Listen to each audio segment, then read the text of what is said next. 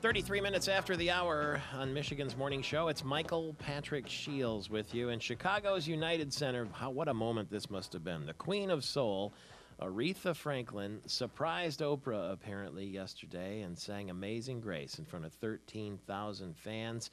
What were 13,000 fans doing? Well, they were in Chicago's United Center to say goodbye to Oprah Winfrey. Now, the shows are going to air next week, as you heard Linda Solomon say a few minutes ago, but there were lots of surprises. Madonna was there, and Tom Hanks, and Tom Cruise, and Maria Shriver, and Jamie Foxx, and Stevie Wonder. It's Surprise Oprah, a farewell spectacular, and it's going to air Monday and Tuesday. The final episode of The Oprah Show airs on Wednesday, and Ann Doyle from Ann Doyle Strategies is on the other end of our line right now. She writes for ForbesWoman.com and is the author of Powering Up, How America's Women Achievers Become Leaders. Good morning to you.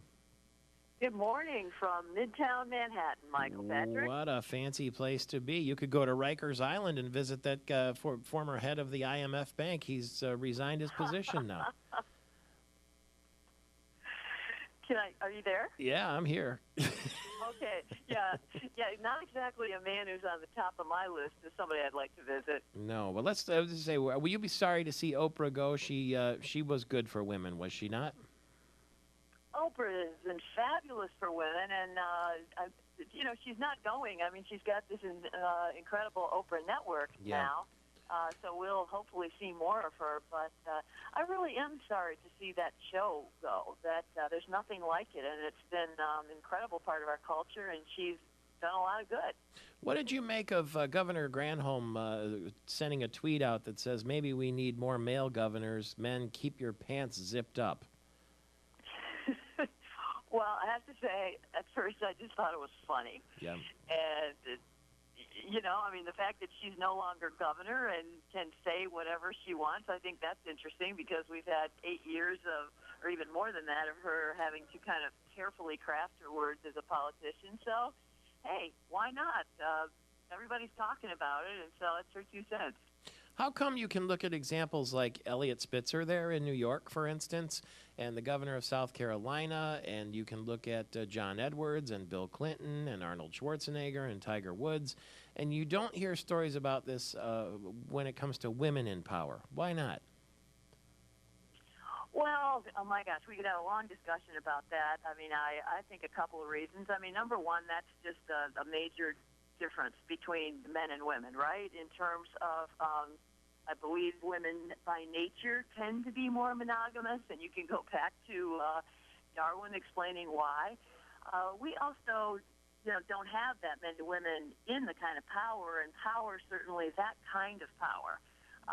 That a Dominique Strauss-Kahn, I mean, very, very powerful men who have, you can call it a Clinton or a Tiger Woods or anybody. I mean, they think that they're kind of entitled and can do anything, and they also have women flocking all around them, plenty of opportunity. But I really don't believe we're going to see that even as women do get into more positions of power. Yeah, I remember. We're different in that. Okay, well, we can agree to that then. Different, right. But you would say equal but different is what you're saying, right? Oh, I absolutely. Okay. I mean, you know what I remember? In terms of access and being full citizens and all that kind of stuff. But yeah, very different. And vive la différence. Hey, be careful speaking French. That IMF bank guy might be around you there. He might want to have you sit on his lap. But I'm going to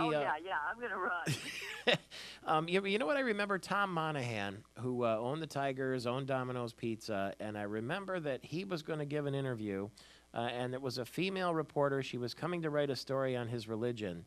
And he refused to be alone in the office with her because he didn't want to be tempted, he said. Do you remember that tale? There was a guy who went the extra mile to make sure. He obviously knew, his limitations and that sort of thing. But I'll never forget that. And maybe there's a page from the playbook there for some of these alpha males who find themselves in a hotel room with a chambermaid or otherwise. Well, I think that's very bizarre, that a man basically says, I mean, if that's how extreme some men are in terms of the fact that they can't even be in a room with a woman or they'll be tempted, I mean, I think that's really bizarre.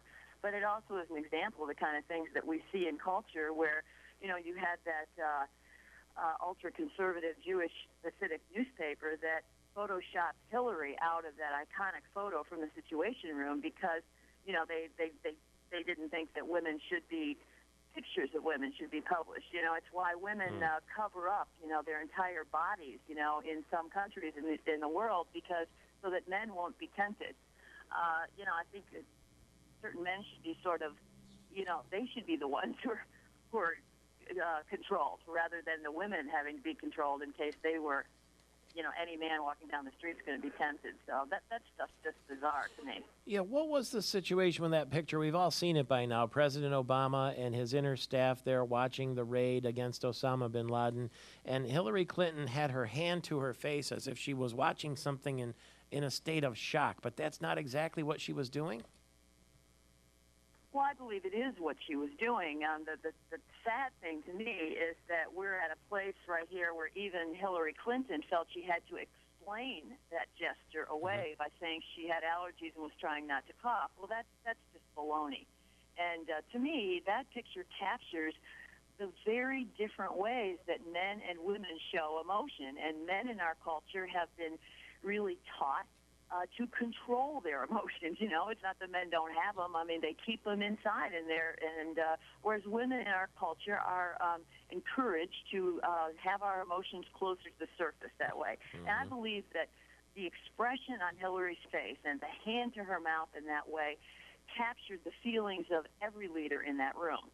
But it's really that men aren't allowed in our culture to show it in that way. But the sad part is that she felt she had to explain it away as something else, and I didn't believe that for a second.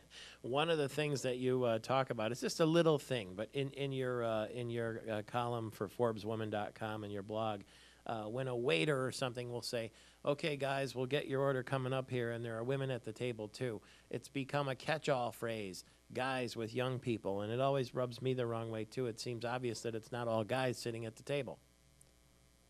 Well, it's really irritating, and I was mentioning it in that Forbes Woman column that I wrote about it. Within about 48 hours, had over 4,000 hits, and over 400 people had Facebooked it, which is pretty amazing for a blog of that kind.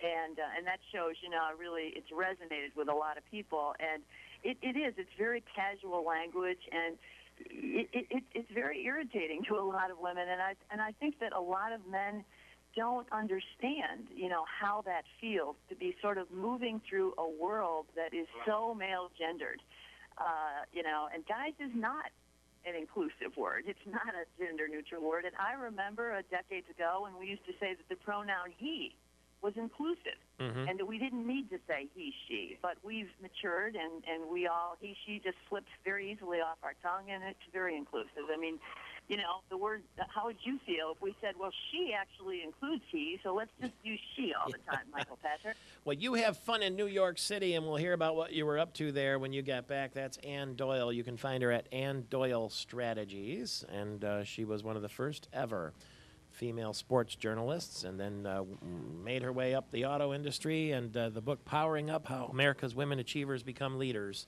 is available wherever books are sold. It's Michael Patrick Shields, Michigan's Morning Show.